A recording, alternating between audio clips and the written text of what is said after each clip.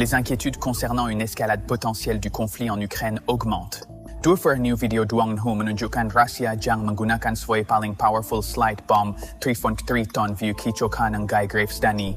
Les experts militaires avertissent que les munitions pourraient constituer une menace importante pour la défense ukrainienne. Jeudi 20 juin 2024, ou peut-être peu avant, un bombardier de chasse Sukhoi Su-34 a lancé la première fois Fab 3000 en combat. Sasaible, un immeuble à plusieurs étages à Lipsy, à seulement 10 000 au nord de la ville, en difficulté de Kharkov, dans le nord de l'Ukraine. Le renseignement russe avait identifié cette structure comme un espace de mise en place crucial pour les troupes ukrainiennes. Le Fab 3000, équipé d'ailes pop-out et de guidage par satellite sophistiqué, a été conçu pour des cibles de très haute valeur.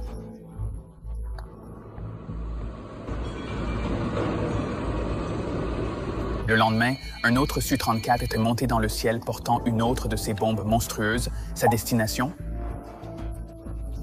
Un autre grand bâtiment soupçonné par les Russes comme abriter les forces ukrainiennes, la caractéristique définitive du Fab 3000, son module de planification et de correction unifié, lui permet de fonctionner comme une bombe à glissement, accordant au Su-34 la capacité de lancer l'arme à une distance considérable, gardant le bombardier hors du chemin des défenses aériennes ukrainiennes.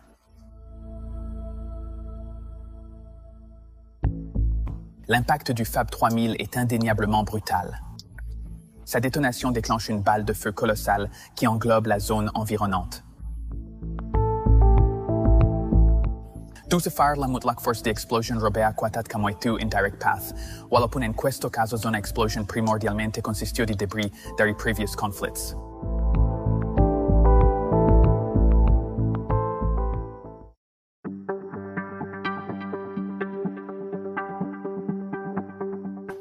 Cette colossale bombe à glissement russe promet des dévastations éclatantes, mais des questions tournent autour de son efficacité. Par rapport à son frère plus élégant et plus petit, le Fab 1500, la taille pure du Fab 3000 présente un paradoxe fascinant.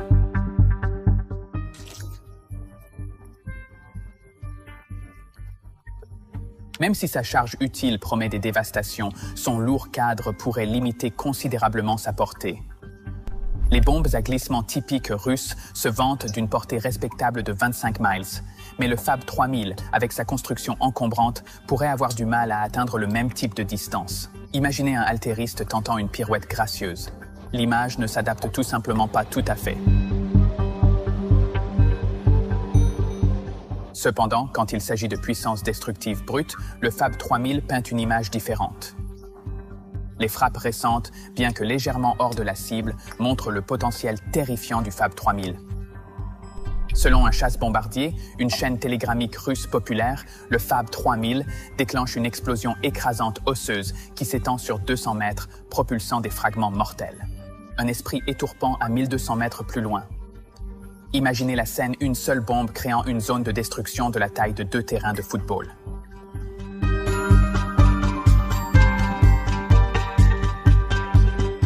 Voici là que l'intrigue s'épaisse. Le bombardier de chasse, malgré l'admission de la zone d'explosion immense de Fab 3000, considère même une manque de 30 pieds comme un résultat réussi. Pourtant, la chaîne propose un scénario qui semble contre-intuitif. Il suggère qu'un bombardier Su-34 armé d'un trio de 15 centaines de Fab, chacun pesant un lourd 300 livres, aurait pu causer encore plus de dévastation.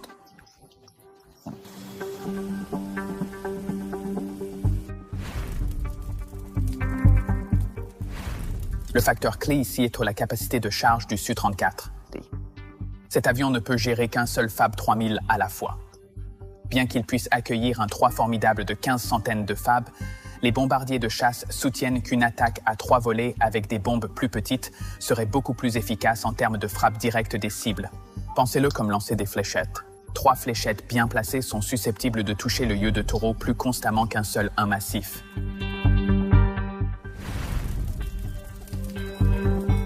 Donc le mystère s'approfondit. Pourquoi choisir le solitaire colossal Fab 3000 plutôt que l'option stratégiquement supérieure de déployer 3 Fab 15 centaines de bombardiers de chasse offre une explication cynique. Le Fab 3000 pourrait être plus un outil de propagande qu'une arme pratique.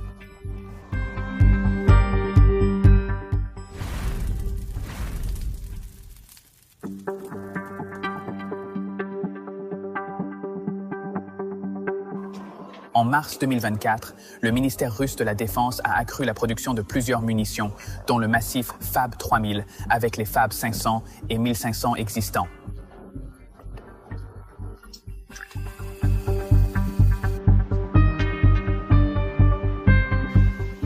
Une caractéristique clé de ces munitions est leur convertibilité. Les trois peuvent être transformés en bombes à glisse, les équipant de ailettes déployables pour une portée accrue et une flexibilité de ciblage.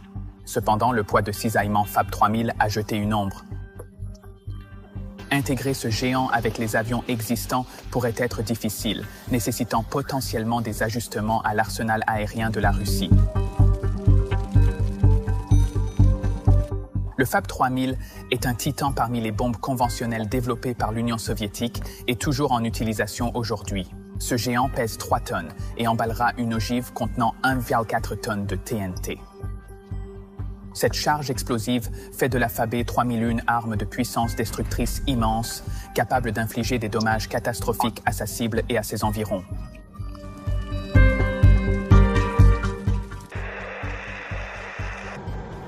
Tandis que ses origines sont dans la guerre froide, le FAB 3000 a reçu une mise à niveau du 21e siècle.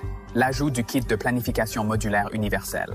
UMPK le transforme d'une bombe stupide qui dépend uniquement de la gravité pour guider en une arme intelligente.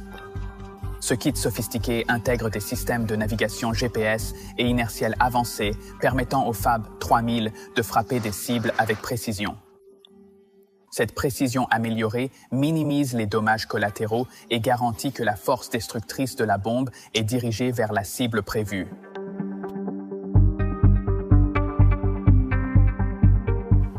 Mais l'UMPQ offre plus que seulement de la précision. Il confère au FAB 3000 une gamme élargie impressionnante. Grâce à cette mise à niveau, la bombe peut être guidée à une distance incroyable de 50 000 du point de libération. Cette portée élargie offre un avantage tactique important. Les avions russes peuvent désormais déployer le FAB 3000 à distance sécuritaire, réduisant considérablement leur exposition aux défenses aériennes ennemies. La polyvalence de 3 milliers ajoute une autre couche à sa signification. Contrairement aux munitions spécialisées, le FAB 3000 peut être déployé à partir d'une large gamme d'avions russes, ce qui en fait un ajout sans couture à leur puissance aérienne. Cette flexibilité permet de faire des frappes stratégiques à partir de différentes plateformes, potentiellement basculant les balances en faveur de la Russie.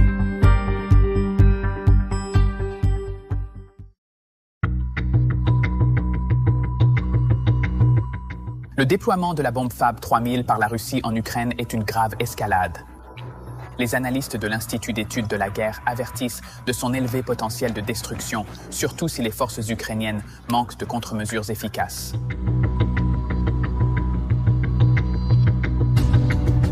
Les bombes à glisse, contrairement aux bombes traditionnelles, ont depuis longtemps été une épine dans les yeux de l'Ukraine. Ces armes possèdent des surfaces de contrôle de vol, permettant de leur lancer à une distance considérable, souvent dépassant la portée des défenses aériennes ukrainiennes.